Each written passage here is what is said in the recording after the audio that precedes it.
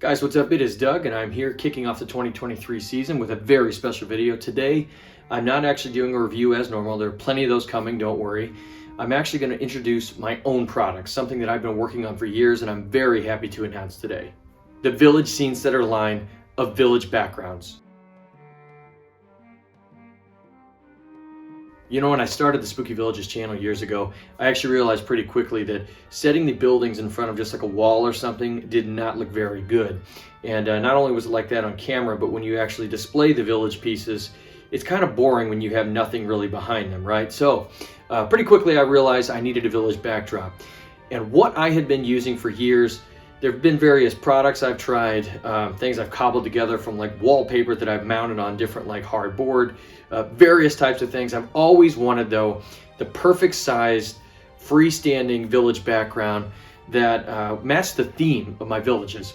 So it's taken a couple years, various companies that I've gone through, various ideas, various prototypes, you know, a bunch of things over the last couple years. I finally have gotten it right, I believe. I'm actually launching this year with 2 Halloween designs for 2023. Let's start with a ghostly carnival. I wanted to do an amusement park / carnival backdrop here to start it with because that's one of the most popular themes in villaging. You can see here this little bitty carnival display that I've kind of set up against the wall. Now look what it looks like with the scene setter behind it. Big difference, right?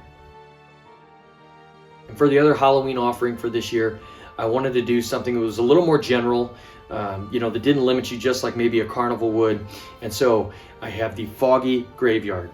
Now this spooky scene obviously does work for a graveyard setting, but it's also a little more general, so you can use other types of buildings. You can see this little haunted house display that I've put here, nothing behind it.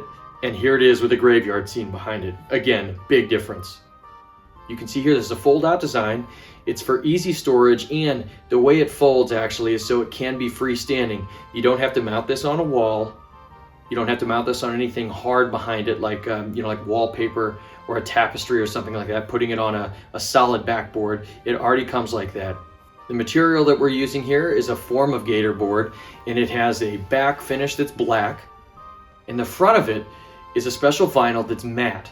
And it took a little bit of time to get the right material here because this matte design, it actually absorbs light. So it's designed not to shoot the light around, at least to absorb as much as possible and to shoot as little back as you can, because as you all know, these displays, they have a lot of lights going on, or at least the fun ones really do.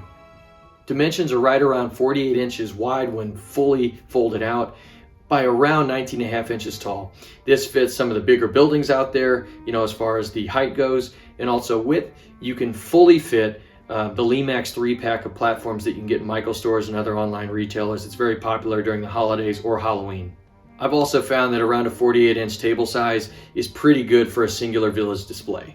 Now the bottom edge actually has several 2-inch holes routed out into it, and the reason for that is so you can run cords, cables, light bulbs, and other things kind of stealthily through it without having to run them around the side or put them under it to where it screws up the balance and you'd have the thing tumble over.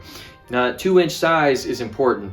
One, because yes, so you can fit various cords and cables through it, but the other is it stays right below the water line of many of the platforms, which are right around 2 inches. So, and that's whether you're talking the Lemax ones or you're talking like the custom-made platforms. This allows your cords and cables to be run through fairly stealthily. Another very important thing to note is these are made with pride in the USA, designed in the USA, actually right here in St. Louis, Missouri. So spookyvillages.com has all of the ordering info on there. You actually can order through the shopping cart there through PayPal, and it's secured through PayPal.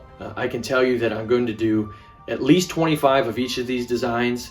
I might do a little bit more, and the maximum would be up to 50. That's just if pre-orders are very strong. I don't want it to be where you know, everything it sells out immediately and then nobody can get them.